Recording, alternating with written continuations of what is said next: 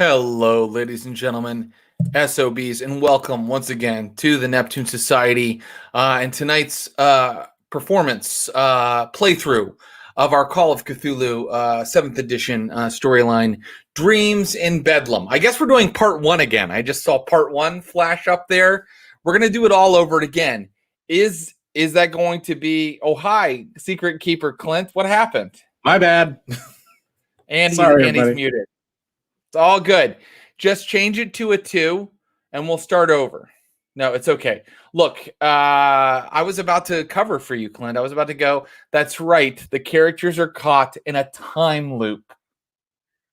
No, they're not. Look, the tide moves in and out in accordance with the moon, and all the cosmic spheres align, and you get another episode of the Neptune Society, our Gaslight Call of Cthulhu campaign. We're so happy that you're here. We're so happy we have the incredible players that we have tonight who bring this thing to life and make it so fun and surprise me over and over again. So I want to get into it very soon. I want to give you a couple updates. I want you to know that we have a lot of really exciting new stuff coming to you in November. That reminds me, happy Halloween. Here we are. It's Halloween. And it's the spookiest time of the year.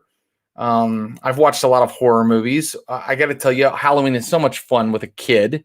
My child is only 19 months old, but she really enjoyed dressing up and seeing her friends all dressed up today. I hope everybody's having a great Halloween. I hope you don't have a lot of election stress. I hope that if you do, this relieves it a little bit. We are going to do our best to keep the horrors here inside the Call of Cthulhu game and not outside there in your house. We're going to let you relieve some stress and watch us play through a game of Call of Cthulhu 7th edition. Happy Halloween. Welcome. I hope you're having a spoopy good time.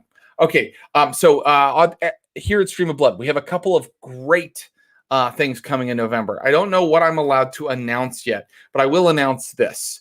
Last weekend for Vampires of Pittsburgh, that's our ongoing Vampire the Masquerade 5th edition Chronicle that happens every Sunday. Last week was so enormously huge. Characters died. They're vampires, so they can't die, but they were, for all intents and purposes, destroyed. And you may be wondering what's happening. What's happening next? Can I find out tomorrow? No, you can't, viewer. We need an entire weekend to do some rouse rolls and heal up that damage. But next weekend, next Sunday, I believe that's the 8th of November. Come back. Well, first of all, come back November 7th for the third and final installment of this storyline, Dreams of Bedlam, in the Neptune Society. And then come back November 8th for Vampires of Pittsburgh, episode 31, where we will have an all-new status quo. We will have new players. We will have an exciting new vampiric world for you to explore. So I'm really excited about that. And also, I can't announce everything yet, but I want you to know that in November, we're going to be trying some new games. We're going to be doing all kinds of new things, exciting things. If you're someone that loves tabletop role-playing games done by the smartest, funniest, best improvisers in the world, then this is the place to hang out, and this is the stream to watch. Okay, I've done enough bragging about myself, but that's truly how I feel about the work that we do here. All right, let's play a game of Call of Cthulhu, because, last time our players, they seem to have solved the mystery, solved the adventure, succeeded, win condition checked off, but this is the world of the Cthulhu mythos, and as we all know, nothing is that simple. The tendrils of the Cthulhu mythos weave their way into every corner of the world. Once you've touched them, you are subtly corrupted. And so we're going to see if our players can escape the web that has been weaved for them by a elder god. Let's bring in these incredible players.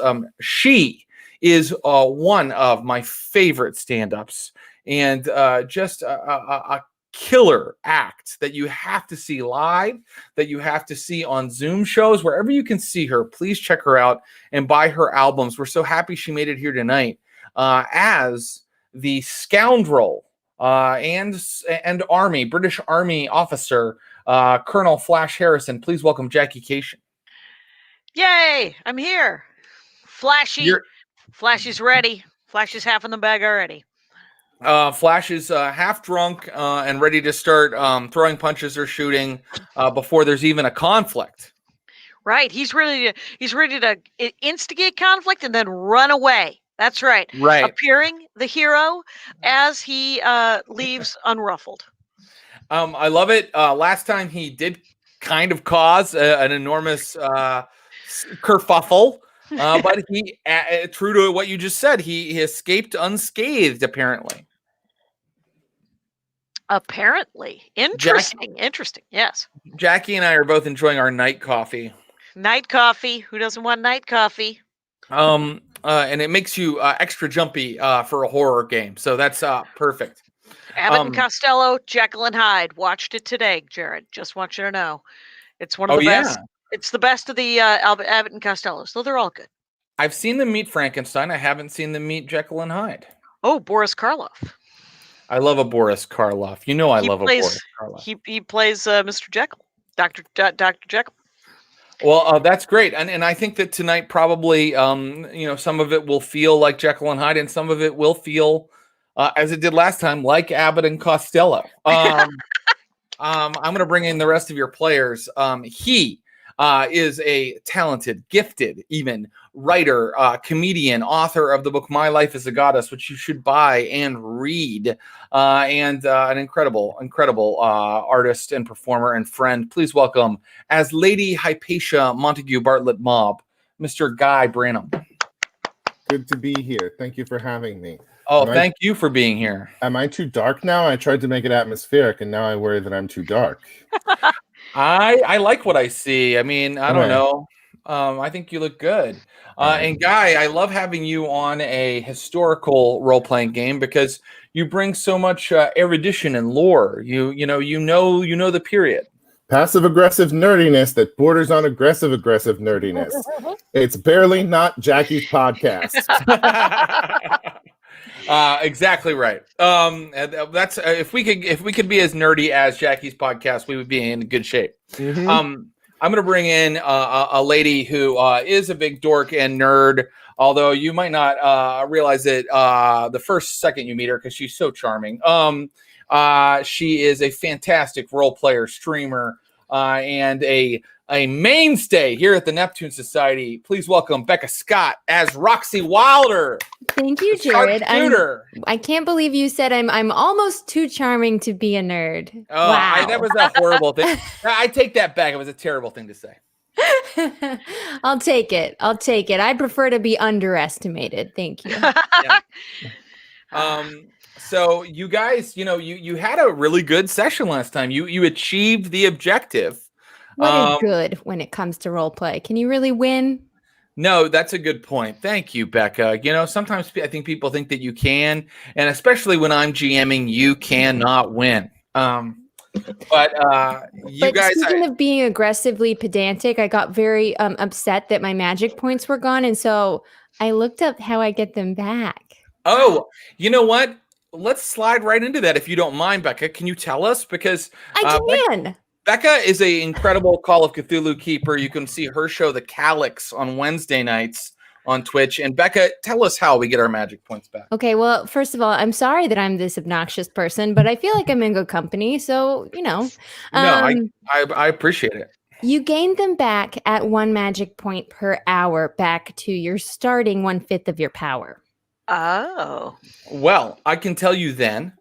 1/5 of your power. Okay. So I think that, after our last debacle, when we last saw our players, they had barely escaped from St. Mary's of Bethlehem Hospital, Bedlam, after fulfilling a mission. I'm going to go ahead and I'm going to go right into the recap here, and then we're going to give those magic points back. They were chosen. They were asked by the dying chairman of the Neptune Society. Please go into St. Mary's of Bethlehem Hospital, find a man named Norman Densmore, and cast a spell on him. Because this is a man who helped us start the Neptune Society, but he was a powerful mage, too powerful, and he became dangerous to the society, and we had to cast a spell on him to make him forget who he was. And so our players did as they were asked. They learned the spell, They studied up. They went in. Well, first of all, they charmed their way in, and then they broke their way the rest of the way into Bedlam Hospital. They found Norman Densmore, and they cast the spell on him, and they made him forget. In fact, the spell, the conditions were that you had to tell him who he was, what he was, and where he was. And I believe that you told him that he was Frederick the Great, that he was a sugar cube, in a pitcher of cream, if I'm not mistaken. That's right. Well, that's a good way to make someone be completely catatonic, and they succeeded at the spell, even though there were a lot of things arrayed against them, not to mention the least of which were the guards. And they got out. So we're going to join our players again. I think it's going to be a number of hours later. Let me go. All right, that's anytime I say the word hours, suddenly we do that music cue. You guys, you long-term viewers of the Stream of Blood know that that's how it works. Okay, so I'm going to give you 12 hours later. Oh, I'm back up. All my magic's back then, right? Do we recover luck? Your luck, if you want to recover luck, I'll allow you to roll a d10 because 12 hours isn't that much. So I'll allow you. I mean, is that the actually? You know what? Let me. You have to roll above first, and then you can add a d10 if you essentially fail. Because if it's too high, I'm sorry. Clint. No, you should not say I'm sorry. You should keep us on the rules. Thank you for doing that. Well, so but yes, then we everybody don't get Clint, and that's a shame. Well, we can get Clint. We already got Clint once, you know. Clint's mostly for me to kind of make a face at when he messes up. Negative reinforcements, what we like here at the Stream of Blood. Okay, so here we go. Everybody can try to roll above their luck, and if they succeed, they can add a d10. Roll above their luck. Oh, okay. I rolled above my luck. Great. You may roll a d10 and add that much to your luck. It was cocked, but when I shook the tray, it landed on 8, and I'm going with that. Okay, that works. Wait, it's only kind of cheating. For 1,000 years, you're supposed to run under the number, but for this, I'm supposed to roll above. Is that the Call of Cthulhu happening? You got it. Luckily, I did 96, and so Great. Now I just need a 5, and I got a 6, so I'm back up to full. That's really exciting. Full luck. And then the next thing I'll say to you is, does anybody have any checked skills from last time? We can go ahead and improve those as well. I have a stealth. Jackie, you're going to try to roll above it, and then if you succeeded doing that, you will add a d10 just like you just did with your luck. Well, Roxy Wilder succeeded real well on that handgun firearms check. There you go. Oh, all right, 48. Oh, just one. That's what I get for kind of cheating. Oh, you only got one more to your handgun? Mm-hmm. Okay, I'm keeping... And you're up to 48. I got 8 to my stealth. Yeah. Yeah, you're up to 48, which is really exciting. Okay, that's excellent, Jackie. All right, and Lady Hypatia, you're the leader. You've supported your supporting cast here, and you'll probably check something this game. Yeah. Let's begin. The rain pours down in London. It's 12 hours since your mission, and each of you receives a note via courier asking you to come to the London Illustrated News. The London Illustrated News, where the secretary of the Neptune Society, Vernon Nesbitt, invites you to tea. There he is, Vernon Nesbitt, the secretary of the Neptune Society, the leader in interim as the elections and as after Captain Middlemass has passed. Vernon Nesbitt has invited you to come and meet him at the London Illustrated News. Don't say the E word. You promised to be a distraction. What? The E word? Election. I'm sorry. Oh no, it's okay. It's okay. Well, these elections are fun. They're a fun gaslight Call of Cthulhu election. You can only and by the way, the person that won, it's the person you want to win. Oh, I'll say that much to you. Okay, yes, sir. Does Mr. Nesbitt have a professional association with the London Illustrated News?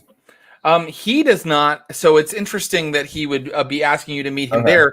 But of course, the Neptune Society's headquarters has been destroyed. So some kind of arrangement would have to have been struck up. I'm going to say that everybody said yes, unless someone has something they'd like to do beforehand, or I mean, if you'd like something you'd like to, an item you'd like to grab, or any kind of prep, you may do so. But otherwise, we will cut straight to high tea. Well, I imagine that I have some rooms that I stay at, but I can mostly be found at a shooting range on a farmstead just outside of town, and that's where I decide to open my mail, and I say yes. Very good. They find me in a brothel, and they roll me over and hand me a thing, and I'm like, fine, and I go. They sent the messenger straight to the brothel. They knew exactly where to find you. Lady Hypatia? I had a sturdy breakfast. It arrives with Kippers? Yes. Yes. It arrives with your breakfast. And so by the time of high tea at 4 p.m., you are all in an upstairs office of the London Illustrated News, which is a huge warehouse filled with big easels and drafting boards where coarse middle-class people are shouting at each other and handing each other papers and using engraving apparatus that makes loud chopping and smashing sounds. And you are sitting upstairs, and by upstairs office, I mean it's truly like the eaves of the building. It's just kind of an upper floor open space. But Vernon Nesbitt, the secretary of the Neptune Society, has set up a lot of elegant chairs, and he set up an elegant table with place settings for each of you, and he invites you to sit down. Yes, welcome. Yes, come right in. Yes, I apologize for the noise. I understand that it's quite loud here. Yes, that's no problem. You got any steak? Steak for tea. Right. I'm afraid we are not serving a full supper, Miss Wilder. But no, I'm talking about an afternoon kind of. I don't know what tea is. Yes. How charmingly American. Sit down, and we shall, enlighten you. She pulls a chair out, a wooden chair, and spins it around, and sits on it backwards in her skirts. I would like to say to Miss Wilder, all this trade must make you feel quite at home, Miss Wilder. Is this what America is like? Absolutely. We've been working hard. We've been doing all kinds of things. People working labor and making money the hard way. Mm-hmm. We certainly appreciate, the work ethic of the American, and you can see we here in London are no slouches ourselves. Oh, pardon me, I'm being rude. Not at all. Not at all. Not at all. Colonel Harrison. Just looking for a drink at this point. I will of course appreciate a tiny triangle sandwich. I pour you some whiskey from my flask. Miss O'Berry will bring the tea. Miss O'Berry, and you hear him. You hear the servant that he has brought with him, sort of arguing with him under her voice, because clearly in this business location, it is difficult to get, the tea made and up to everybody. And he's like, the tea will be a bit delayed, but I just wanted to thank you for your service to the society. I understand you were involved in an operation for our dear departed chairman, Captain Middlemass. It was stark work but necessary to the society. It was stark work. I would say very stark work. And he holds up a headline of the London Illustrated News that says, "Bedlam at Bedlam," with an exclamation point. Now, I wonder, was this a chicken or an egg scenario? Chicken or egg? What do you mean? Well, Bedlam is the place, but also the name. I have heard the term, but also I don't know where it originated. Right. Well, it's actually a very fascinating etymological story. And then he sort of launches into a 10-minute kind of thing on the etymology of the term bedlam. I'm sorry I asked. And by the time he's done, the tea finally arrives and it alights in front of you. Colonel Flash, unfortunately, none of this is alcoholic. He says, I I feel like there's a future for all three of you in the society. I feel like you're going to be a key to us moving forward after this horrible tragedy with our headquarters. Well, not much of a joiner, but maybe there's might be some money to be made. And I no tea for me. I don't want to muddle my insides. I'm just going to have this whiskey. Okay. Very well, Colonel. I understand. We got a tiered plate here. We got sandwiches. We got sweets. We got scones. What do we have? Got cakes. Yeah. They have it's meager, I'm afraid, Lady Hypatia. There's a couple of biscuits on a china dish. He says to you, "I apologize for our diminished circumstances." I was going to ask you, Mr. Nesbitt, because it seems that there is not much society to be had. We did, after all, see your headquarters not too long ago. And, well, I don't even know. Do you even have a sharpshooting competition that is organized by this organization? No, but those are the kinds of ideas we're looking for, Miss Wilder. Something that will get the public excited, that will see the Neptune Society as the heroes of exploration, of science. I fear with the destruction of our headquarters, it shall be somewhat difficult to fund the expedition we have decided on for this season. We have decided, in accordance with our voters, to fund an expedition, and that expedition is... Ooh. Oh. Yes. By right and fair and honorable processes, we shall open its shared coffers to fund a journey to the center of the earth. Yes. Ooh. Oh, my. And of course, that will be quite expensive.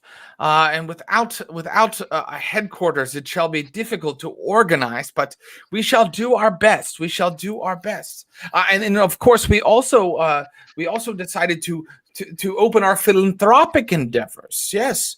Yes, in accordance with its charter to support members and member nations in need, shall lend its special knowledge to solve the hunt for Green October. Yes, none less than Her Majesty's Navy itself has asked us to participate in a clandestine operation entitled Operation Deadliest Catch. And our members voted to do that.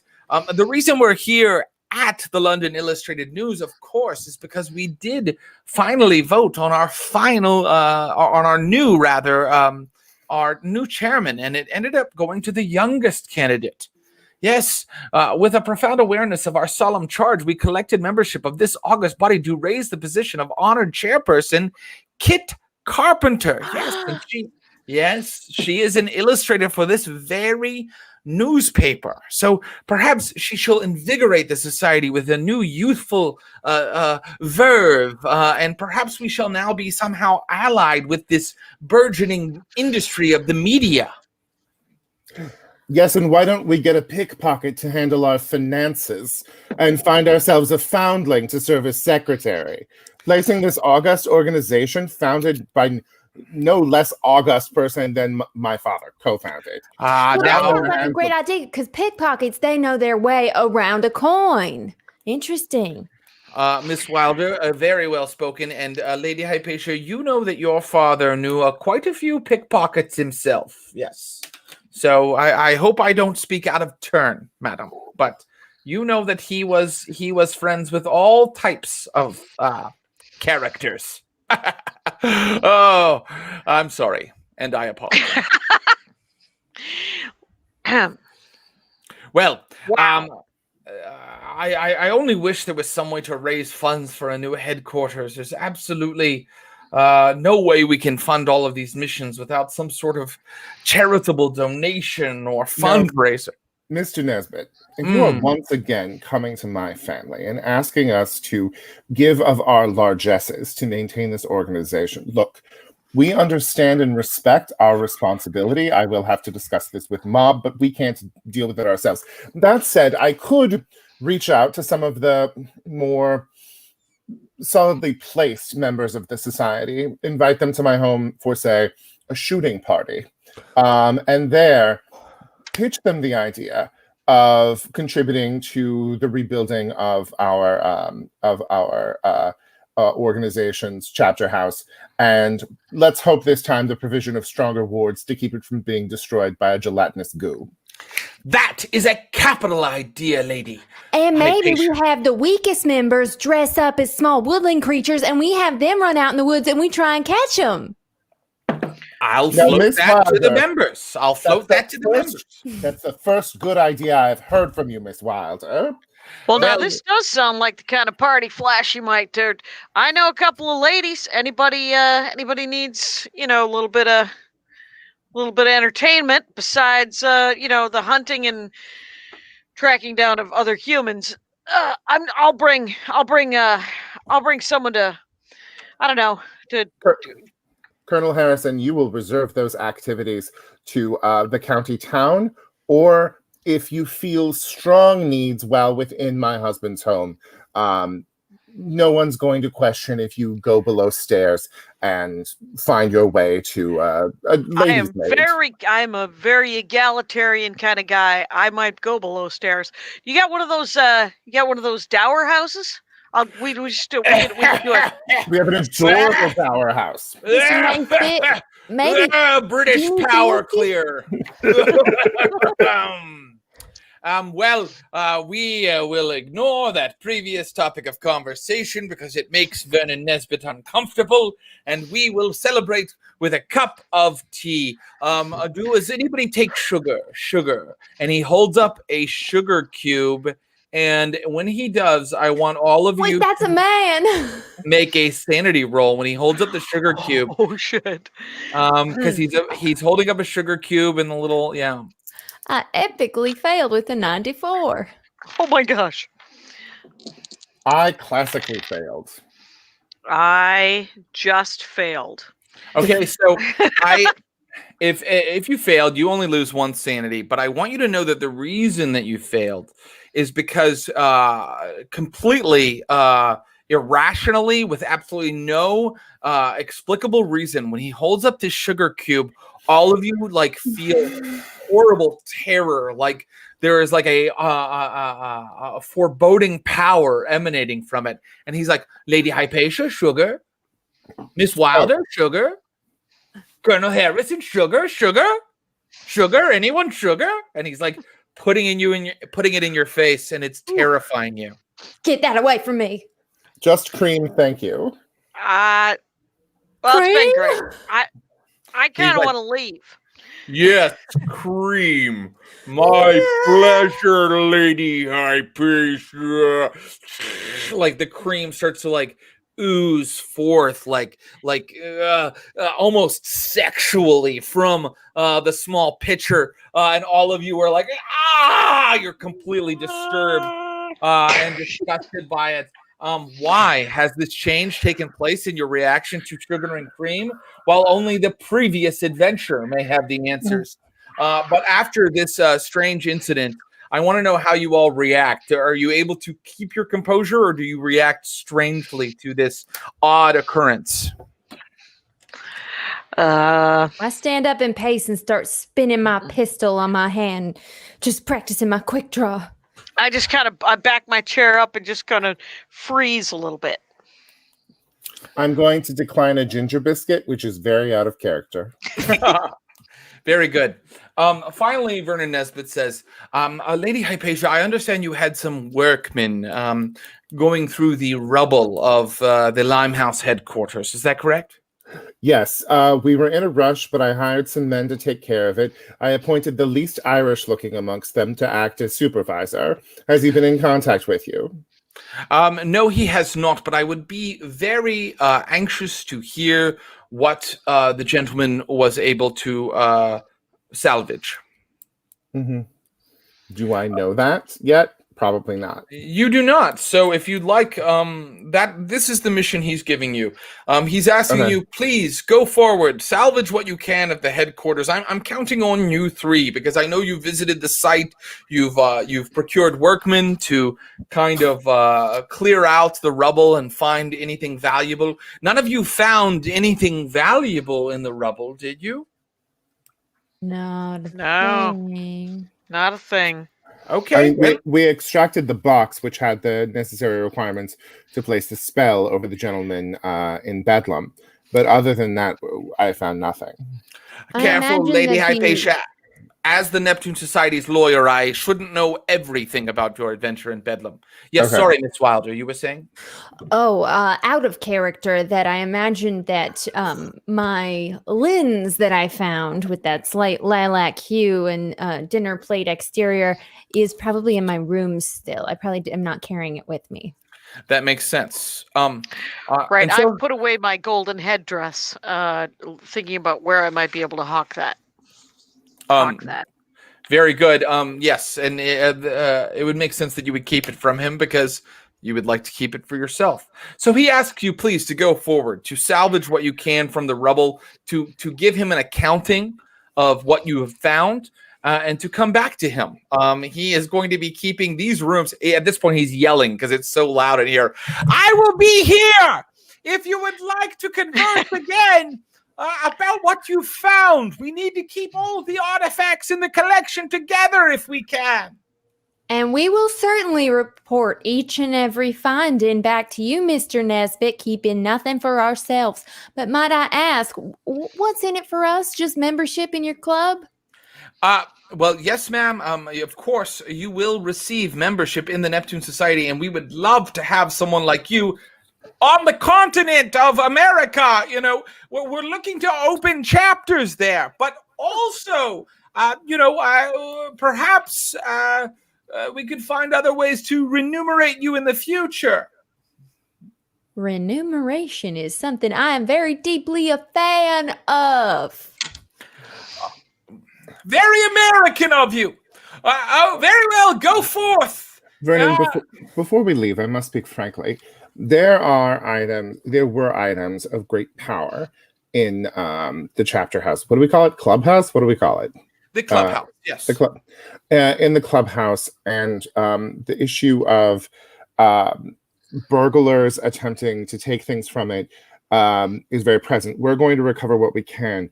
Are there any members of the society more capable in the act of placing wards or other sorceries to keep things from being stolen available, or have those members have the members more versed in those arts all been taken from us? And in lack of that, Huey, maybe some shooters. I like what the lady is coming up with here, because and I have a quick question: is are you looking for anything specific? Well, I understand that there were some lead prayer or curse tablets of a genuine antiquity that might have been in the collection, and in my instructions, if Captain Middlemash should ever pass, I am supposed to procure those items in particular. I do not know why I am, as I am often told, merely a factotum.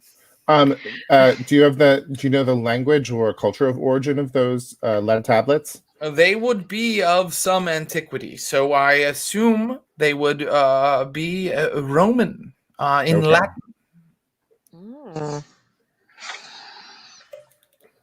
Well, that's not one of my languages. I mean, I'm sure. Go ahead. Sorry. Oh no, it's quite all right. Suddenly a man comes up and is like, "We need this area, sir." And he's like, "Very well," and he starts moving his table like to another corner of the building. Well, my new friends, perhaps we should just head on back to this place we've been before, and maybe we'll be more successful in finding things of use. Good day, Nesbitt. Good day to you. And may Neptune watch over you. As you head out into London, it is pouring buckets. Like it is like, you know, it's like it's a storm. It's a full storm, and your boots become sodden as you wade through the water. How are you getting over to Limehouse? We're taking my carriage. Of course you are. Unfortunately, even for someone of your stature, Lady Hypatia, it is raining so hard that the brief moments you must be in the environment before you step up into your carriage have truly soaked your garments. But soon you were all three in the carriage and you were heading out. I actually probably rode horse here, so I'll just follow right behind. Excellent. You as well. I mean, you're used to all sorts of environments, Roxy Wilder, but you truly are in a London deluge. And because Roxy is sort of not kind of with like walls around her, as you ride, I would love for you to make a spot hidden as you travel across London, block after block, clopping across the cobblestones, splashing across them. I can't see nothing in the rain. Ever since I was a child, rain is just a detriment to both my shooting and my looking. No problem. I mean, it's true. It's very visibility is limited. Colonel. Yeah, Flashy rolled a 14%, which is that's pretty amazing right there. Spot hidden. That is not that's not the tiny number at the top, but it is really good. It is really good, and I'm going to allow Flashy to check his spot hidden, and I'm going to say that Flashy, you're a bit more sober this time than the last time you crossed London, and looking out of the carriage window to the place where you saw that mountain last time. Remember there was a mountain looming up over London? Yeah, that was weird. Yes, it was weird. Well, instead this time what you see is a raised platform that you recognize because you live here some parts of the year. You recognize as the London Metropolitan Railway. And what you see all around the railway station at Euston is many metropolitan police carriages, metropolitan London, the London Fire Brigade, and many people standing on the platform. There's been some sort of incident or something. Right, and I tell my compatriots that there's a bit of a brouhaha back at the train station. Do we want to just keep going and search the rubble, or do we want to stop and see what's up? Didn't I tell you I don't believe in brouhahas? Oh, interesting. Well, I'm not here to gainsay a lady, not one that's armed anyway. So I guess we continue along. No, I'm willing to stop if there's a kerfuffle, but not a brouhaha.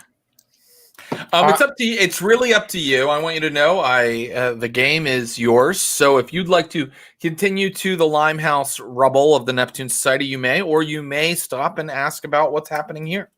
I believe that there is nothing so important as the arcana that is now in heaps of rubble being rained upon. Though, if either of you want to intimidate or persuade me, go ahead. I'm ready to keep going to the thing that we're heading towards. I just thought you'd all like to know if we wanted to do something. All of the police and fire brigades are busy. Well, it's just we could peek in real quick. Now, lady, I know you have things to do and places to be, but you're never going to listen to me, so I'll give up.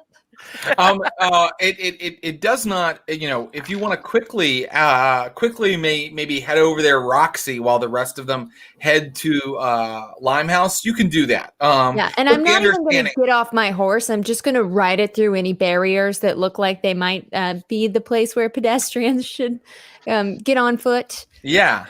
Well, then you see, many Metropolitan Rail workers standing around. There are Metropolitan Police and Fire Brigade, as I mentioned, and civilians with these newfangled inventions, umbrellas. Are they new? I'm guessing. Anyway, they're all kind of standing and looking up at the platform. And so you may approach anyone you'd like and ask a question, and then we'll move on to the Limehouse headquarters. I lean down from my horse and I tap a gentleman that's close by. Sir. A workman turns to look at you and he's like, yeah? What's happening here? Oh, it's awful. It doesn't make any blooming sense. They say they've lost a train. What do you mean lost? I mean, it went into the tunnel here at Euston and it never came back out at King's Cross. Well, that sounds like something a wizard might do on his way to school. What do you mean? Well, what When you did say did that, it he run turns off around of? mumbling something about Americans. Huh. Okay, I catch up to the carriage on horseback and I lean down in the window. Excuse me, I think that there may be reason to look into this train station. I mean, if we are joining a club that cares in strange events, Flashy, Well, Miss Lady Mob. did we? You have arrived at Limehouse, and you may make an investigation there if you want. Also, one of the workers that you hired is very loyal, very true to his word. Is moving toward the carriage and waving you down as you arrive. Jim, how goes the work? Goes well, miss. We found some documents and we kept them out of the rain for you. Oh, it's a terrible night out here. Why, I'm soaked to the bone and sodden, but it's good to have an honest day's wage. I would like to give him an extra 6 pence. You're a good one, miss, and we appreciate your kind consideration. Here, and he starts. May I load these into your carriage for you, madam? Please do. And he's loading up boxes of like books, and many are damaged, but it looks like they have dug through the rubble and found a lot of pieces of the library. And so he and his two compatriots load those into your carriage for you, and you can see the two friends of his that you hired kind of looked around and digging through the rubble some more. So. Okay, and Flashman wants to ask him if they've found any tablets or anything. And anything. There was some talk of finding some old sort of tablets that just stones that have writing on them. Stones with writing on them. Yeah, we did find something like that. Bring it out here, Eddie. And this guy brings out this kind of round stone that has sort of like a star kind of scrawled on it, almost like a pentagram type star, kind of like, carved out of the rock. Is it lead? Is it made of lead? Is there any part of it made of lead? No, miss, I can't say this is lead. Some kind of volcanic rock, I'd imagine. All right. Give that to me. I'll take that with me. But did you find anything that was made of lead? No, ma'am. The only other thing to speak of is a work of art that I think you'd probably have interest in preserving. Bring it down. It was the only wall standing, and they're bringing a big painting down. And you recall last time there was only one wall standing, and that wall showed Norman Densmore in painted. Yeah, That's right. And it yes, behind it. Yeah. Yes, but this time they are bringing this painting out to you, and it is wrapped in paper and a sheepskin so that it doesn't get wet, and they are loading it onto the carriage for you as well. Can I just take a peek inside of that? You may. When you pull back the sheepskin and look inside, you see an august personage, some sort of monarch or royalty. And I can tell you, Lady Hypatia, since you're looking, no roll necessary, you are looking at a painting of Frederick the Great. Roll your sanity. Oh. All right. I epically fail. A 97. Still just a point of sanity goes off, but you must tell me how you react. I shudder. And though it's very sitcom spec script 2012, I vomit a little in my mouth. I take care of it. I spit in public, which I'm not a person comfortable doing that. But the highest ranking person here is a member of the army, so I'm not that worried. Or the Marines. I'm sorry, Harrison. Army. Yeah. Oh, no, okay, cavalry. Yeah. I pace about for a bit, and I draw my compatriots together and explain to them what the situation is in the driest and most clinical of terms. Right. All right. Here's the thing. I don't know if these workers were really having their concentration on objects made of stone amongst rubble that it may also look like stone. So let me just do a once round here on my trusty horse, which I named, and I will tell you the name, Veronica. But we're looking for lead curse tablets, not stone, That's right. They weren't stone. They were lead. Lead. They are I lead. was- They are lead. And if anybody would like to make a history roll about that, they may. History, if you have Latin, you may even make a Latin. Okay. Ooh, I I have got Latin. I got Latin. I do not make it. All right, worth a try. Let me think real hard about the stuffs I know. Yeah, I have no skill in this particular area. All right. Miss Wilder, you are walking around the rubble. Or, I'm sorry, you're riding around the rubble, but I got to tell you, it is pouring. And like you saw earlier, it's kind of hard to see. So if you'd like to, you may make a hard spot hidden roll. I made my Latin roll by 39%. Oh, very good. Colonel Harrison, you remember something from some history book that someone at Harrow forced you to ingest. It's unbelievable that this comes into Colonel Harrison's mind, but he remembers that often, temples of antiquity have these like little rolls of lead where people would like pray to the god or make a pledge to the god or even curse another person, and then they would throw that into like some sort of receptacle or hole at the temple, and the god would do that business for them. So that is an old way of worshiping the gods. Yes, Miss Wilder, how'd you do? I can't see nothing. If I got down off this horse, maybe I would, but this is too much uneven terrain for me. So I will only tell you this, Miss Wilder, because you still get rewarded for just kind of looking around, which is that you notice two lights of interesting color. They are sort of like this, like one is very amber and one is very violet. Kind of glowing off in the distance over some of the other London buildings. It's shining so bright out through the rain. And you're is this like the distance of the mountains? It is like the distance of the mountains. It is like that. Mm-hmm. Okay, so y'all ever have the feeling you're being watched by two giant eyeballs in the distance? yeah, I get that a lot. So what I want to know is, am I looking for little lead balls? Is that what I'm looking for now? Maybe like little lead scrolls. Okay, can I do a sort of a search for that? You may do a hard spot hidden. Okay, that seems unlikely. Let's do it. Oh yeah, that's a fail. And now everybody may make a survival roll. And I'm not Lady Hypatia, who's in her carriage, but the other two. Okay. May I use my natural world skill instead?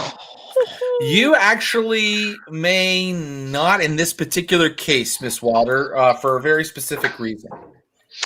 I have not succeeded, but I didn't. It wasn't the worst, but it wasn't great.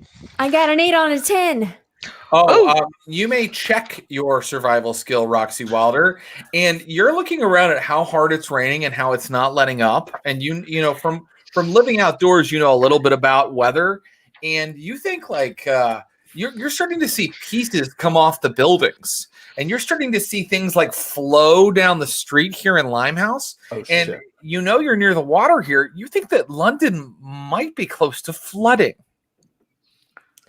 It's sinking, y'all. We better head to high ground. Colonel Harrison, have you shared with us your knowledge about what prayer tablets are? Yes, I have. All right. I've told you. Yeah. I would like to instruct the various gyms what they should be looking for.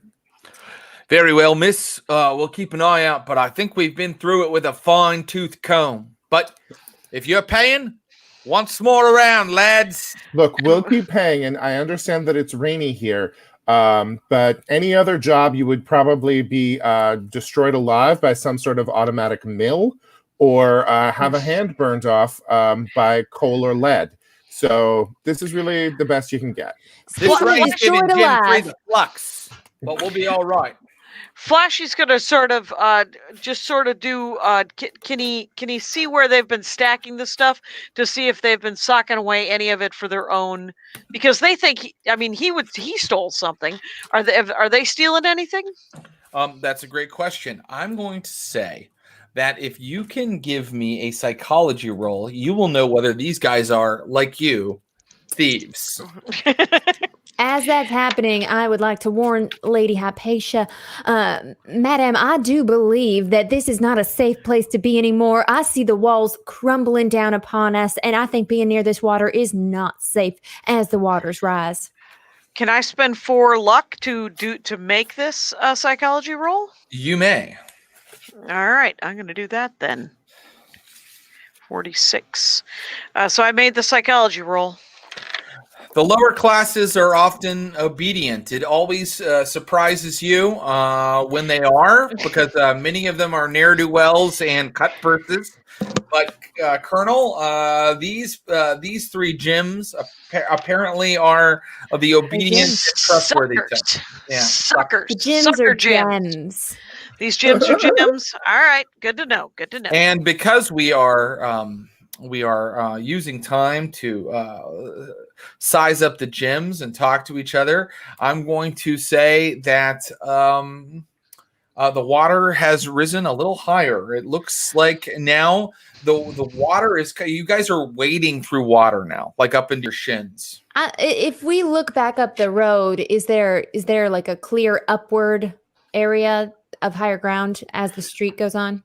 Certainly, if you head back into the city, if you head back westward, because Limehouse is kind of on the eastern end of London near the docks, you may be able to gain some higher ground. I'm concerned now about this, like soiling the stuff from that was recovered from Limehouse. So I'm gonna. Could the carriage drop me off at the train platform and then continue on to my house? Certainly, it can. It's going to drop you at the train platform. Are your companions going to the train platform with you? I rode along on Veronica behind the carriage, and I was in the carriage, tempted to make sure that all the stuff is safe back at Lady Hypatia's place, but I've talked myself into staying just in case they need some muscle. Question, did we ever look through to see if those things we were looking for were along with the items recovered by the gems? We did not. All right. Do that. Look, we haven't yet sent them along. So before you go, Mr. Carriage Driver, I'm just going to rifle through. Very good. You can rifle through, and anybody rifling through may make a library use roll to see if they find anything interesting. You know what? I can't read too well. Something I know about myself. Oh, I made it. 18. Can I push? I think that you cannot push, and the reason is that Colonel Harrison, unless you had an interesting idea why you'd push Lady Hypatia, I'm sorry to say no. Okay. So when I went through it the first time, I was thinking that an educated person, probably a man who went to Cambridge or Oxford, had organized these items. But then I was like, no, it is the low working class. And I was like, why don't I think like they think? Because I, of course, love organizational systems. You may roll again. And I make it. Okay. Just a moment. I critically make it. Wow. Ooh. Okay, excellent. So here is what I'm going to tell you. You guys have found here's what happened. Colonel Harrison found some books by Lord Bartlett, and he remembers Vernon Nesbitt just recently mentioning Lord Bartlett, like kind of wagging his finger at you. Remember, Lady Hypatia, Lord Bartlett knew many ne'er-do-wells. And so, Colonel Harrison, I don't presume to know your mind, but possibly you're looking, Lord Bartlett to have been a poet, to have been Lady Hypatia's father, and that a lot of his poems had dirty stuff in him. Sure. Yeah, maybe something interesting like that, some kind of ribald content. Yeah. Flashy's interested in that. If there's going to be a porny element. But it is Lady Hypatia who grabs the book from you and finds a poem that she had long forgotten or not particularly noted. There is a poem inside the volume that Flashy is looking through entitled Nodens. That does sound familiar. Nodens. Nickname of one certain Norman Densmore that we came in contact with. That's right. Would you like to hear the poem? Yes. I do love poetry readings. And I love giving them. Nodens. Gray is he, as gray as morning haze. Time is an abyss, and he has walked its days. He has watched his temples fall, and empires too, crying silent crystal tears like drops of morning dew. Cold is he, as cold as storming seas. Dreams are an abyss, and the dreams he has are these. Giants crawling in the dark, their faces split in twain. Night things tickling his flesh and sickening his brain. Well, Dead at all. Oh. is he. There's always more stanzas. A lot of people don't know this about poetry. They just keep going. Third stanza coming at you. Dead is he, as dead as you or I, when we reach for the abyss because we wish to die and be born anew, we think. But alack, it is not so. Our souls are pulled out with the tide, and we know not where they go. That's Lord Bartlett, Lydney Park, Gloucestershire, 1820. I like Balzac better. Just gonna say it. Flashy's like, he's usually funnier. That's what I'm saying. Miss, should I carry this stuff on to your apartment? Yes, but let's keep the book of. I'm gonna keep the book of my father's poems. But we didn't find any lead things, right? I do know that rain is not good for paper. Just going to give you that bit of advice. Wrap it in oilskin. Stick it close to your body. That'll happen. Yes. Oh, yeah. I'll get a piece of oilcloth and wrap it up. And do I have a bag? I'll put it in my bag. Certainly you do. Certainly you do. And so the carriage, and it moves away. It moves down. It only rattles along for like a moment before it is suddenly caught in the haze of rain that falls violently. And all of you are again sodden to the bone, looking up at the platform for Euston Station, Metropolitan Railway. This fascinating new invention, the public transit system of London, only opened this very year and was the focus of much fanfare. Why, the very future, the destiny of the great city and empire of Britain, the great city of London and the empire of Britain is personified, is visualized by this great railway that now moves through the heart of the city. And you are now looking up at the platform where there are less people than there were before. Only a few bobbies in oiled cloaks, like holding themselves against the wind and rain. I'm going to turn to Colonel Harrison and say, my namesake built a steam horse engine in Alexandria of old. And behave so that's really interesting. That is great. I was kicked out of rugby in the 50s. Anyway, do you have any non sequiturs? I just think I look excellent in the rain, even when soaked, and so I would like to roll for natural world to see if that is so.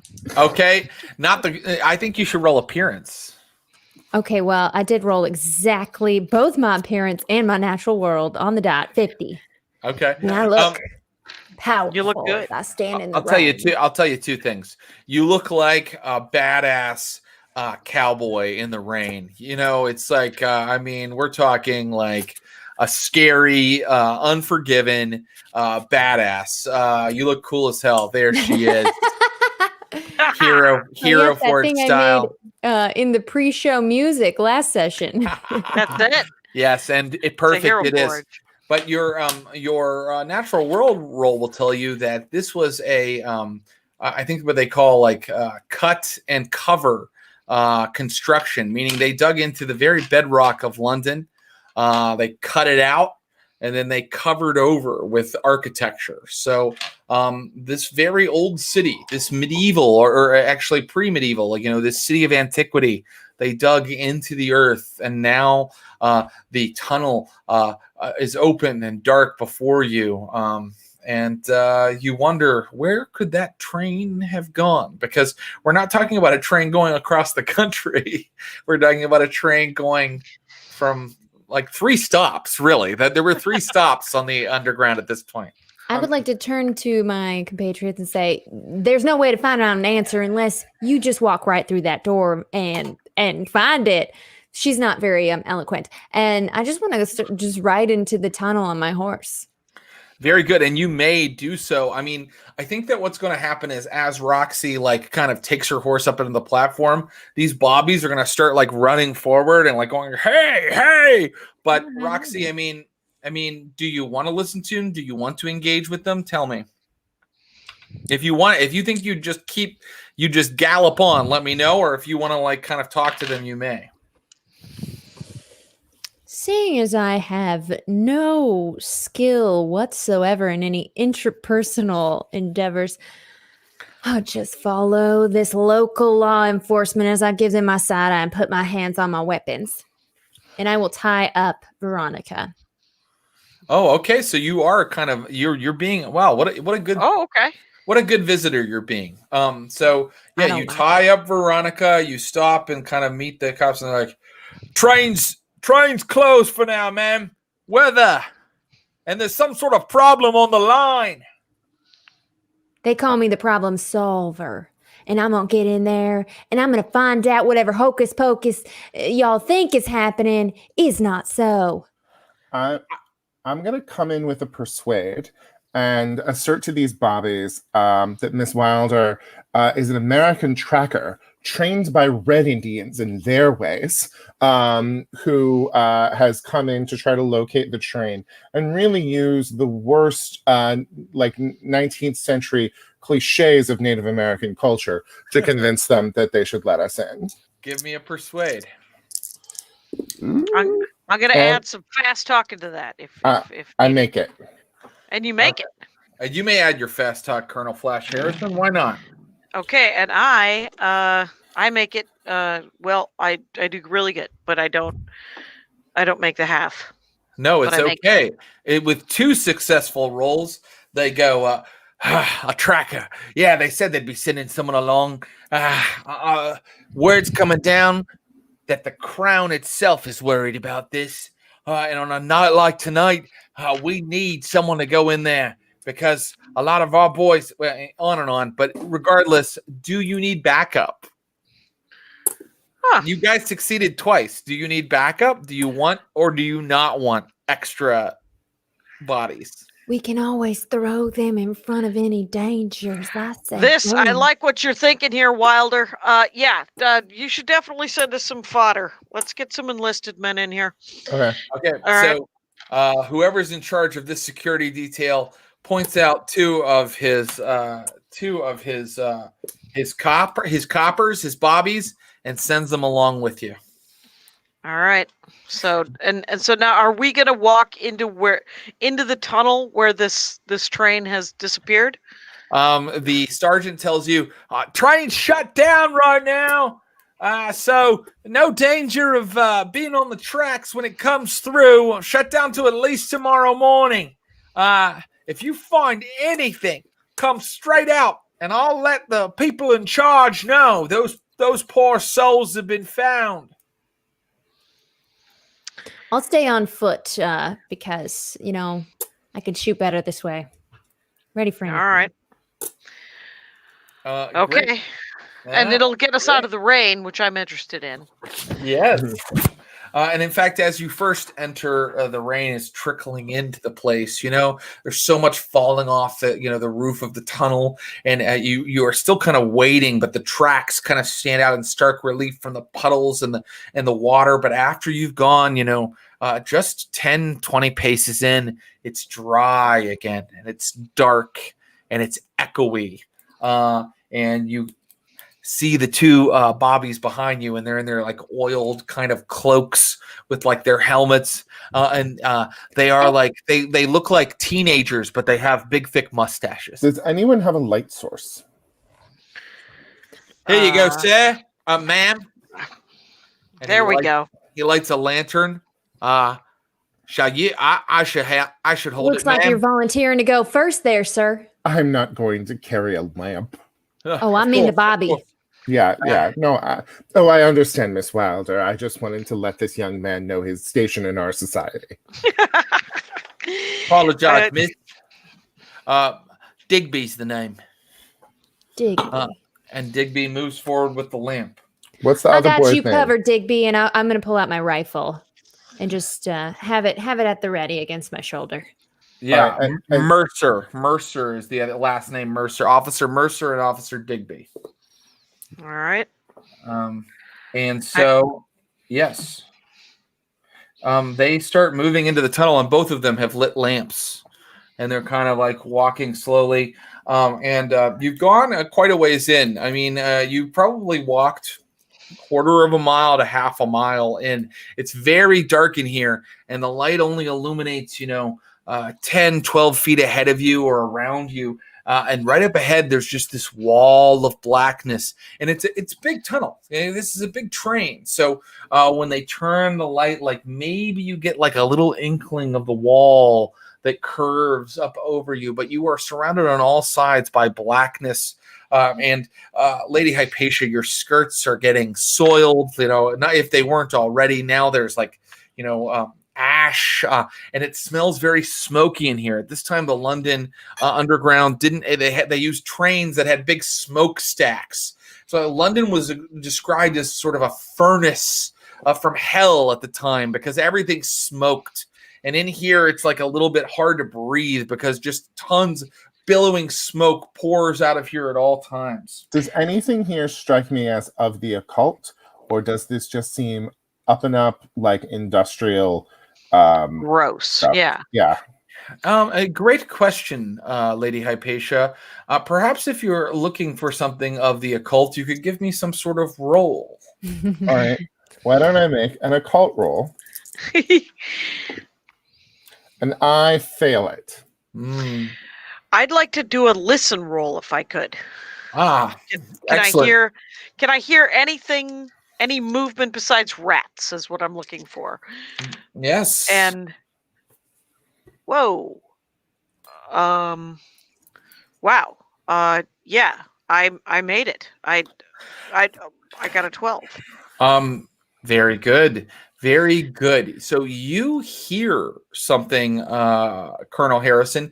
You hear something off to your right. The echo changes a little bit. So you're following the tracks and everything is blackness all around you, but you hear kind of something off to your right. I want to yell yeehaw and shoot into the darkness where I feel Colonel Flash drawing their attention. It's so I sort of let everybody, Digby and the other Bobby, know that I'm hearing something off to the right. And then is that when you, Roxy Wilder, shoot forward, or do you shoot to the right? I shoot to the right. All right. No need. Oh, well, let me know how your roll went. Go ahead. Yeah. We did succeed on our rifle shot. Bing, bing, bing, bing, bing, bing. Hard success. I don't even know if bullets at this time would ricochet like that, but certainly you hit several surfaces with your ball from your pistol, and it sounds funny. Mercer, go over there. And Mercer runs over there, and he goes, "This doesn't make sense," because what you have found is that the train tracks split and go off into another tunnel. The light is illuminating it, and that tunnel, the train tracks curve down. Well, your train foreman sure does need to get his things in order if he doesn't even know there's a track down here. Miss, there is no track down here. There's one track. They built this year. There's one track. Probably bandits then. Big train heist, I think. I'm going. Mercer fails his sanity roll. And Digby is fine. Mercer goes, I should go back up and let them know what we found. You tell the whole brigade to come down here and bring some big lanterns. I would like to roll social credit to tell him, boy, get yourself together. Very good. Credit rating will work for that. Yes. Yeah. And Flashy's willing to shoot any deserters. I rolled a 6 against 70. I think that you should check it. And he's like, right, miss. Sorry, miss. Apologies, ma'am. Yes. Right, at your service. Credit rating is uncheckable. Oh, that's right. I forgot about that. Well, it worked. You if anyone is deserting, it's going to be Flashy. So, go ahead. No, you're now looking down a passage that the policemen who are familiar with the line are telling you is impossible. We have to go down there. We have to go down there. Into the depths of old Londinium. Finally, old Londinium. You start walking. And yes, the lower classes may not go mad unless instructed to do so. From the chat. As you continue to walk, you suddenly become aware that the lanterns aren't as necessary anymore because there is a faint luminescence as you curve down into the earth, as you walk farther, following the tracks, which kind of undulate in an unexpected and seemingly impossible ways.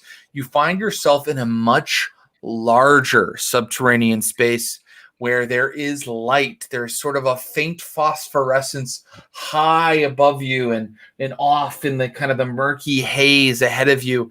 And you find that there is an environment looming before you where you are seeing columns, tall columns that reach up into the impenetrable haze above you. If you are looking closely at these enormous columns, let me know. But otherwise, you can still follow the tracks onward in between these columns that stretch up before you. Jared, on a scale of 1 to 10, how Khazad Doom is this? Khazad Doom. This is extraordinarily Khazad Doom. In fact, if anybody would like to make a scientific roll right now, I can tell you something as well. I would say it would be physics or geology or... By science, I have a 1. Flashy well, I can tell you what I definitely know is happening here is that it is most definitely bandits, and they have some sort of operation going on. This is very impressive. I am impressed that you still refuse to believe that there might be magic happening all around us. Roxy? I made a physics roll. Oh, okay. Well, Lady Hypatia, I gave you the option. You took it. And now I can tell you that you haven't gone deep enough for this space to even exist.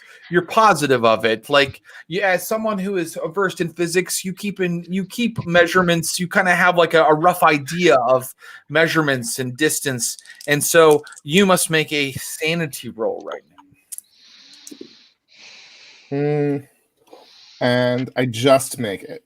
Ooh, okay. Nice. No sanity loss, but these terrible towers looming ahead of you deeply disturb you. I'm going to actually say to the bobbies and everybody, we gotta go real quiet now. We gotta shh. Right. Okay. Yeah. I would like to sling my rifle over my shoulder and try and climb one of these columns. Oh, hell. Okay, Roxy.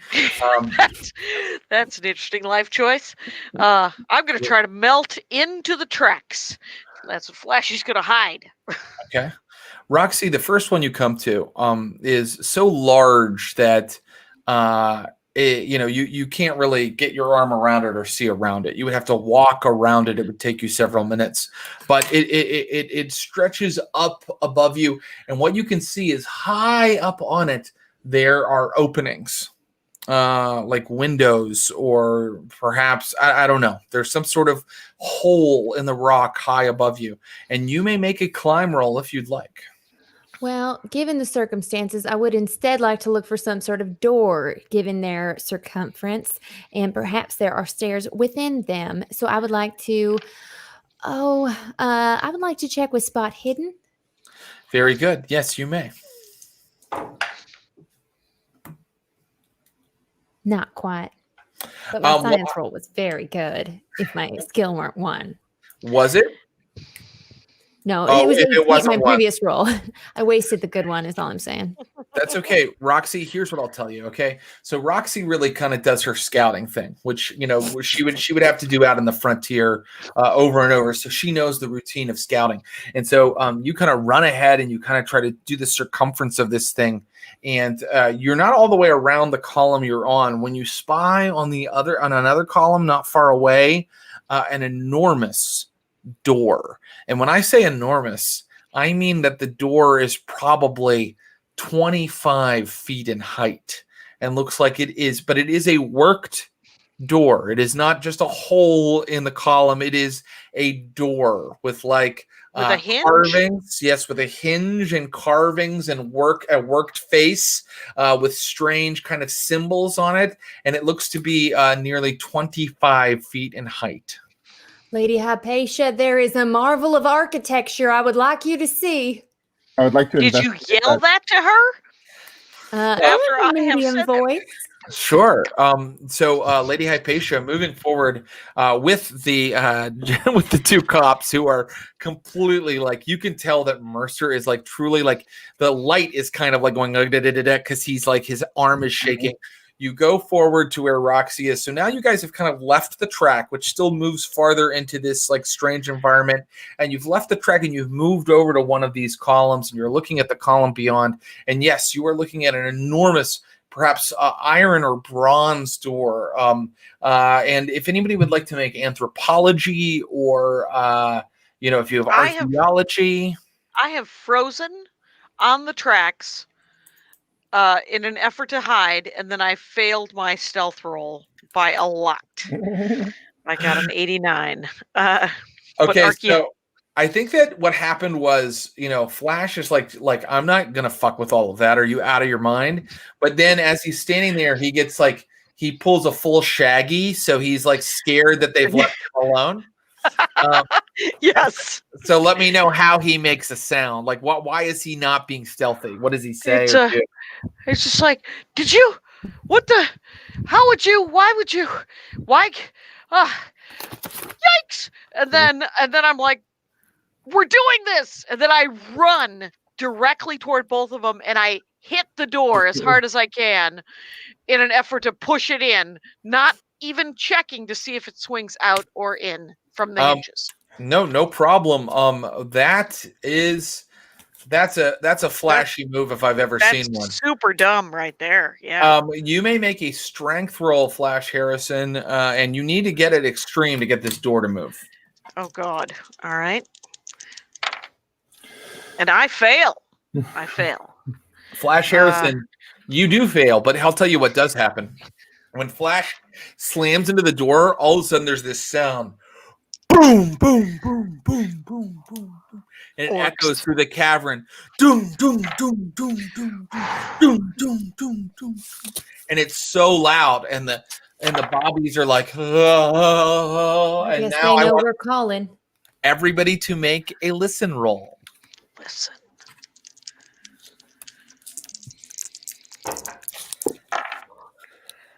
Just made it. Critical failure. No, wait, a critical success? Triple zeros. Triple zeros would be a critical failure. That's right. One is the lowest you can get. Right. I got a 79. I failed. Lady Hypatia, how did you do? I failed. And let's see how our bobbies do very I quickly. just start screaming and can't hear nothing over the sounds of my screams. The 100%. bobbies are like talking like with Roxy, like people that failed are just kind of like talking. Lady Hypatia, you're involved in this conversation as well. And it's only Flash who's still kind of like, you're still kind of like up against the door that you just slammed into and kind of slightly hurt yourself on. You're the only one that can hear inside of it, far up above you. Dum, dum, dum, dum, dum, dum, like something coming downstairs. Oh. Well, and then I turn around and I say, well, if we wait here, someone will open this door from the inside. And that sounds terrifying. Is there any... What would... I'm going to take out my carbine. For some reason, I am wandering London with a carbine, a revolver, and a cavalry saber. So I'm just going to take out my rifle and prepare my weaponry. Very good. So your carbine is ready. And Do so you now... alert us? Yes, and then I tell everybody that there is something coming down on the other side of this door. They're going to open this door, so I suggest we all prepare for battle or running. Well, can I usher everybody behind the column behind us that we already passed? Get cover. Okay, yeah, I'll Yes. do that. Great. Okay, so what I want is for everybody to give me a dex roll as they run. You're like running to the other column, and then I also want a stealth roll to see how well hidden you become. Okay, I made a hard on the dex, and I just make the stealth. I make the dex, I fail the stealth. Okay, I made both, and if I spend some luck, I could get a hard success. But we'll just leave it. if you spend the luck and get a hard success, you have shielded Lady Hypatia. I'll spend 5. Done. And our boys roll really well. Okay. So You're caught. That's why we brought them here. But will even hiding save you from what you see? Because suddenly the doors fly open and you are looking at a creature that is, it's a giant. It is literally like 15 feet tall. And its arms at the elbow split into 2 arms. And worse, it is covered in coarse black hair. And worst of all, its face, when it comes through the doors, it looks like it splits open and tongues pour out of it. And it makes a bellowing sound.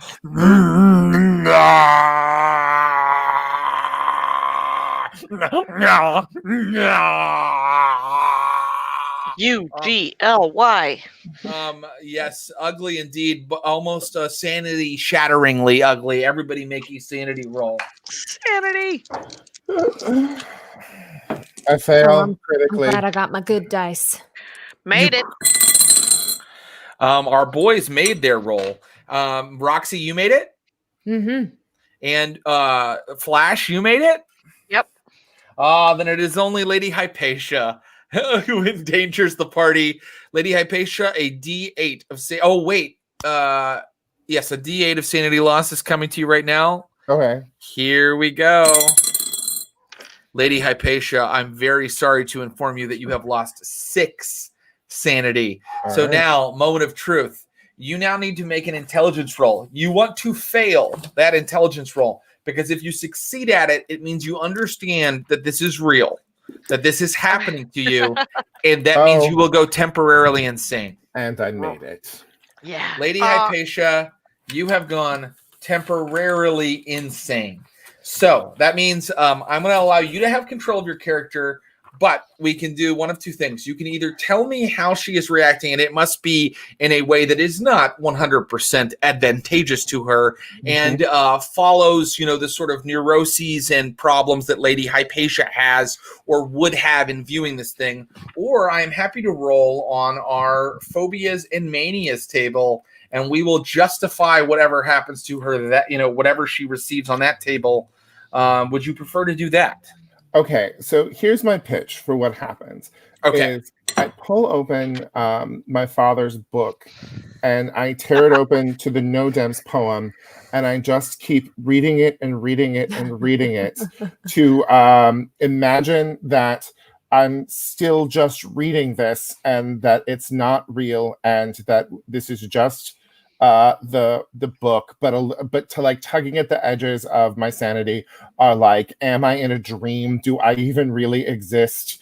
And I am a little bit certain, like if I looked up from the book, I would probably suffer vertigo and collapse to the ground. I'm just like a person looking at one point in the wall to not collapse. Is that good enough? I love it, and that's going to kind of continue on in some ways. But basically, you have bibliomania now, and you're like, it's just in the book. It's just in the book. That's in your mind, and you're just kind of like reading the poem over and over repeatedly.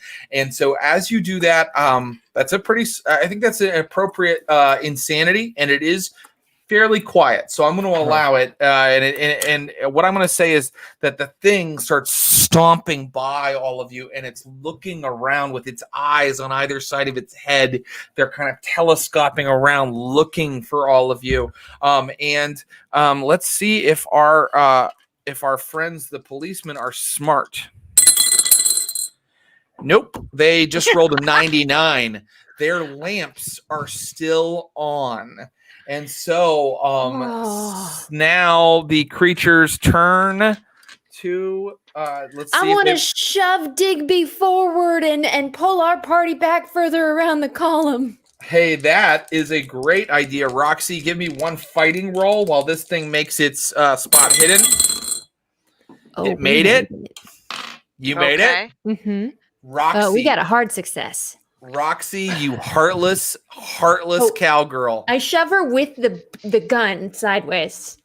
You push Digby forward, and he has his lamp still lit, and the thing spies him, and he's like, no, ah! And it reaches down, and it grabs him, and it just starts pulling him apart, and its face opens again, and it chomps onto the top half of his body, and Digby is being ripped apart. That makes Mercer very quickly turn off his lamp. And I want Mercer to grab Lady Hypatia and say, protect her with your life and talk her into returning that book to the library. And then I pull and then I pull my gun out. Hang on a second. Yeah, no, it's okay. Look, Jackie Kashian is actually at a show right now where she's going to be performing stunt. Yes. Which I thought was so funny. How are you doing, Jackie? I'm up in 10. Is this okay? Is this a headlining set? Is this an hour? Jackie, that's all the time we need here. Jackie, Flash pulls his gun. Right, I'll have you out before 10. What do you need? What do you do? I just I want to shoot him in the eyeball, which seems like I need to hit a hard on that or extreme, right? Wow. So everybody successfully hit, and even Roxy saved you from the idiocy of the cops. And here comes Flash with his rifle. Okay, Flash. Let's move into our dex order because it looks like a combat is happening. So Roxy, what's your dex again? 80. And Flash, what's yours? 60. Mm-hmm. And Lady Hypatia? I'm just staring at a book right now. Oh, that's right. But I still want to know it just in case. Oh, okay. My dexterity? Yes. Is 55. Okay. And our friends, the cops, are at 45. So because you already have a gun drawn, you still go first, Flash. And because it's always people who have guns drawn and then everybody else. So Flash, what is your, are you going to shoot at the thing? Yeah, carbine rifle is 50, 25, and 10. Yeah. And I fail all of it. All of it. Okay. 86. So with an 86, your shot goes wild. It ricochets through the cavern. The Bobby Mercer goes, "What are you doing, you damn fool!" And now people are just shouting. Your hiding place is now no longer. And now we come to Roxy Wilder. Well, I'm tempted to run back into the train, but I know this thing is much faster than I am, even though I'm extremely quick on my feet. So I think I'm going to have to do what I do best, which is shoot. And I'm going to shoot right between the... Does it have eyes? It has two eyes on either side of its head and a big face that splits open. There it is. Yes. The terrible I'm going to go beast for ahead of you. my left, it's right. Okay. Eyeball. Go for it. Now, I'll tell you something. If you can make your roll extreme, you can take out its eye.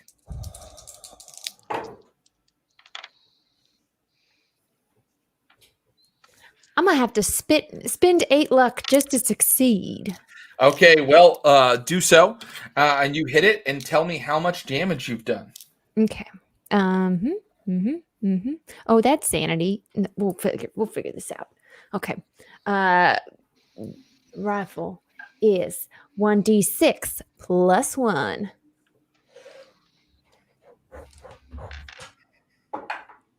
That's 3 damage. It's a big monster.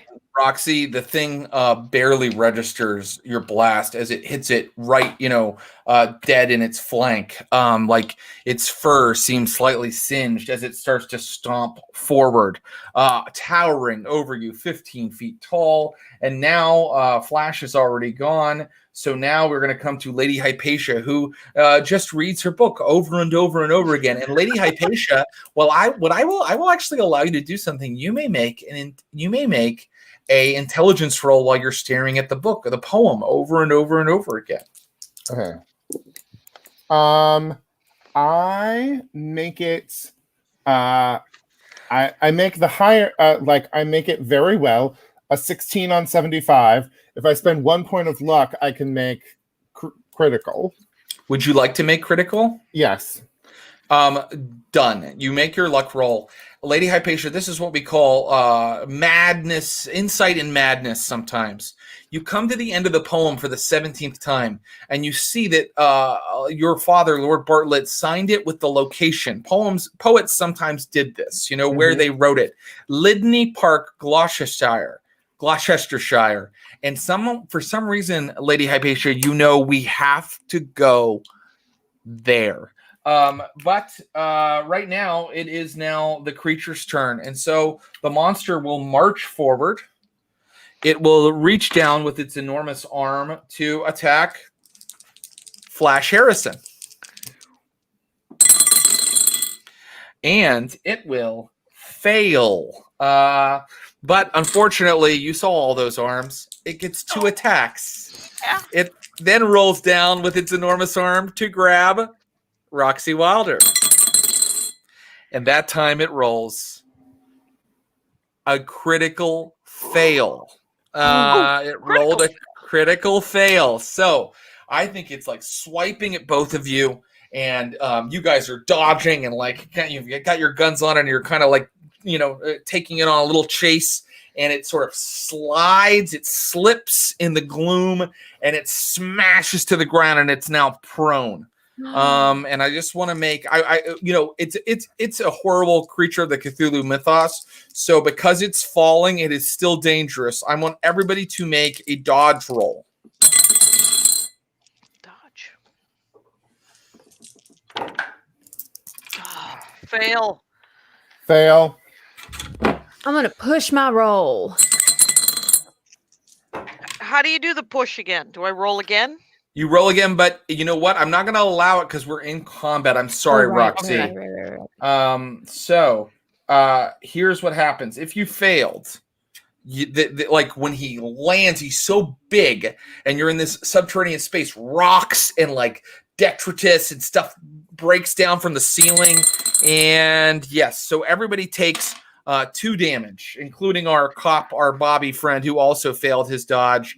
But 2 damage is not enough to slow you down in any horribly significant way. So we are going to now go to our cop, and what he's going to do, it's his turn, is run as fast as he can back toward the tracks. And let's see how he does at that. He succeeds well. So he is a ways ahead of you now, already running back to the tracks. It is now back to the top of the order. If you are shooting, you go first. Roxy, are you shooting again? Oh no, I'm seeing the wisdom in this, Bobby, and I'm gonna grab Lady Hypatia's arm before I start running. And Flash, are you shooting again? I am running. I am Okay. running. Great. Everybody give me a dexterity roll. Okay.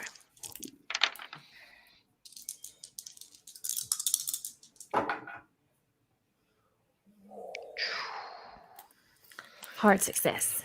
Hard success. Nice work, people.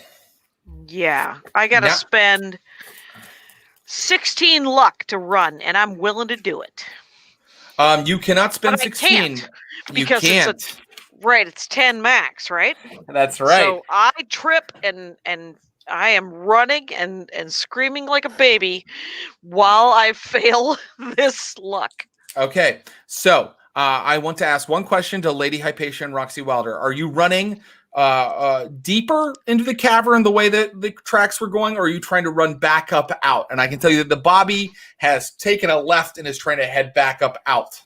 I mean, I'm not the most sane right now, but I'm just saying to Miss Wilder, Gloucestershire, we must get to Gloucestershire. So I think if I was directed in any direction, it would be out.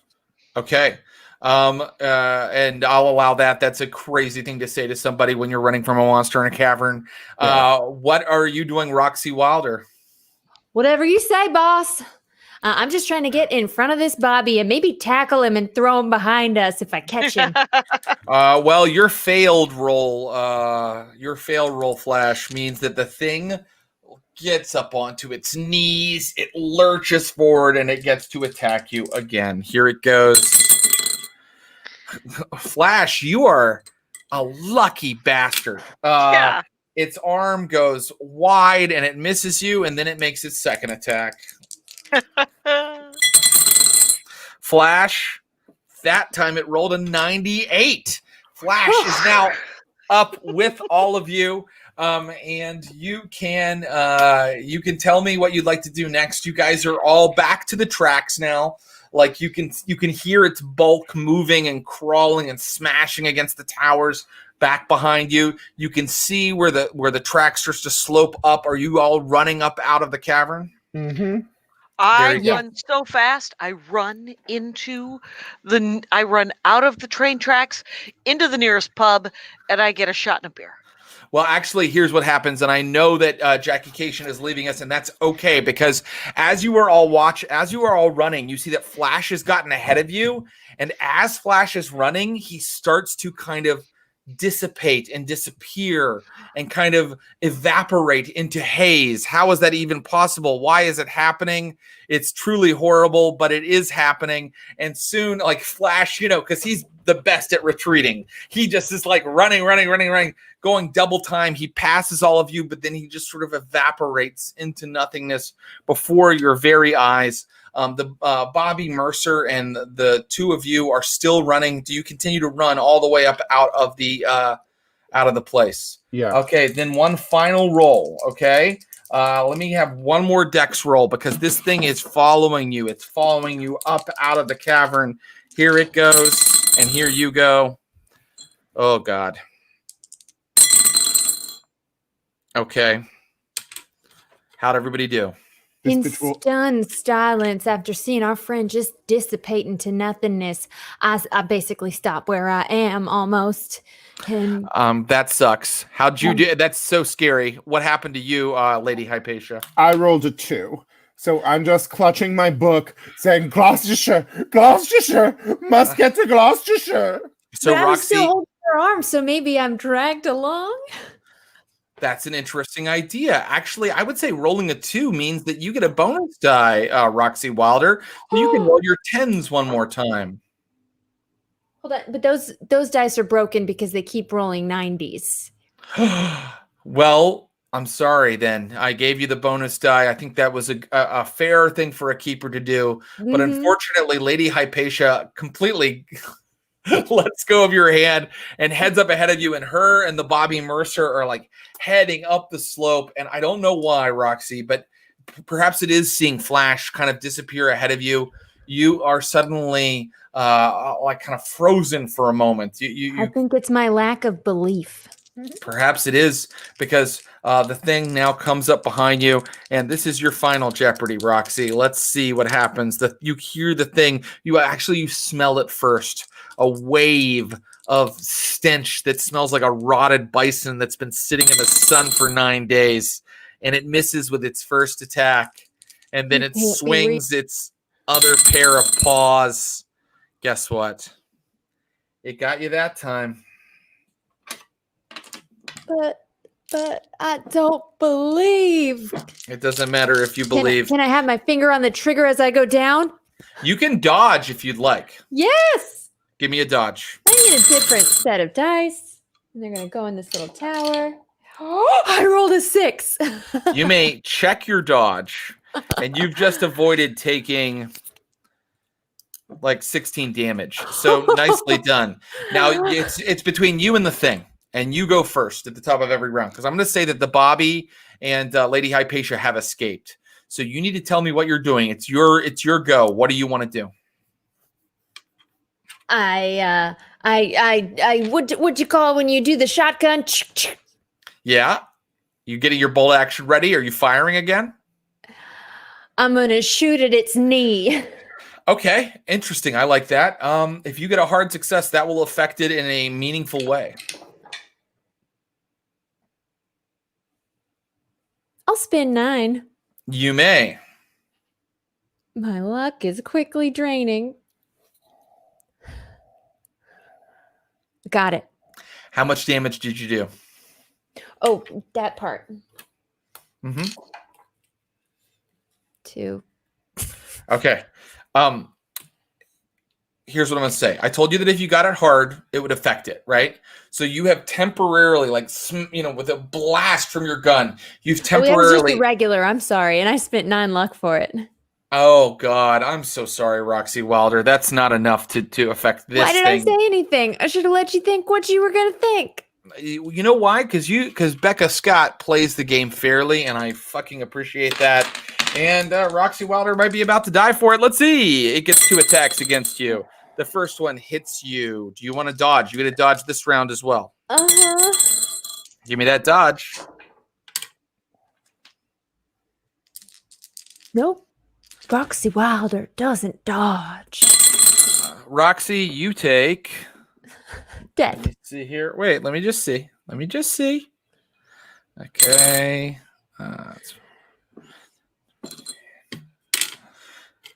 15 damage. Death called a majorest of wounds, and I've got 8 hit points. Okay, so here's what happens. The thing grabs onto Roxy Wilder. It lifts her into the air, and as it did with our poor Officer Digby, it just pulls Roxy Wilder into pieces and starts to bite down on her. But as it does, Roxy sort of seems to dissipate in its hands. Meanwhile, and don't go anywhere, Becca.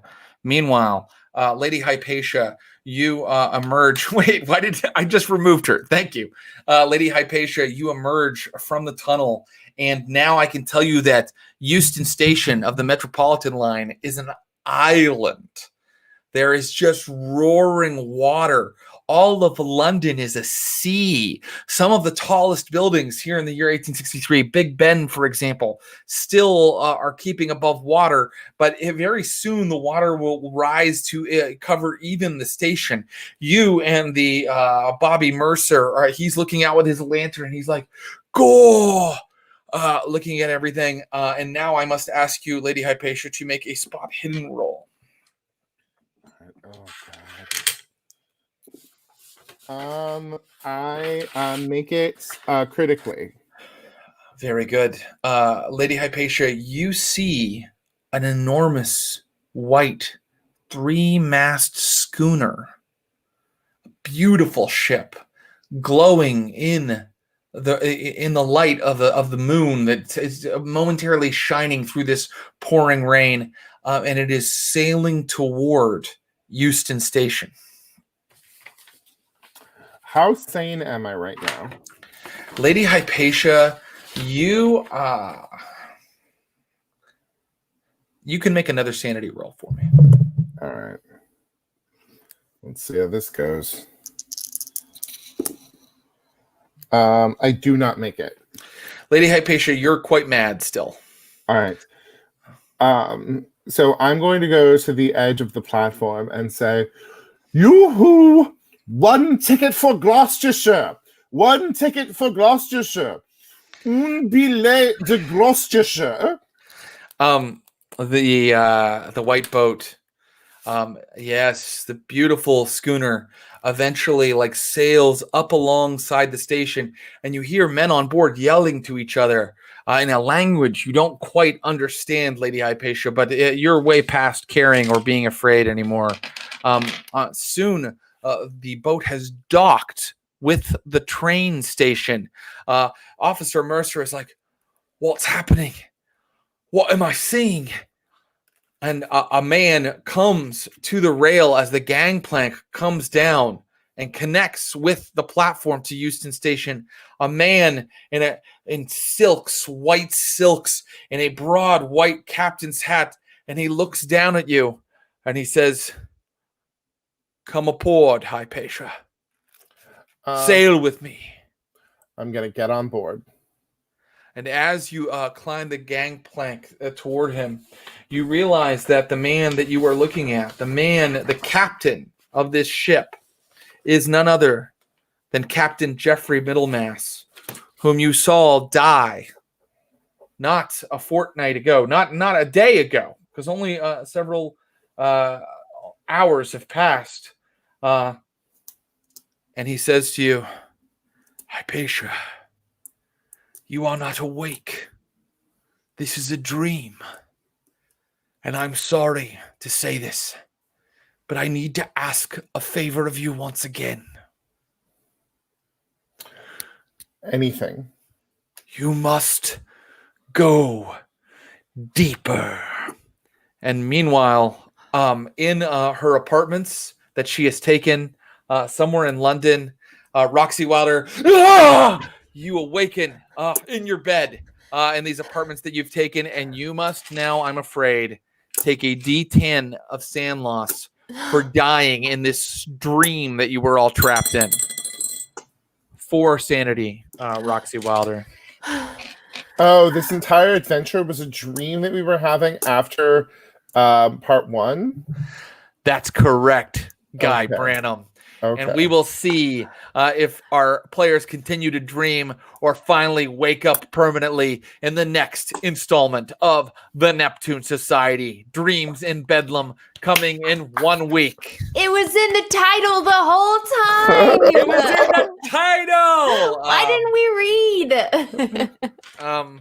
You guys were fantastic. You did get eaten by a gug, Becca, but thanks for letting me eat someone with a gug. You know, My pleasure.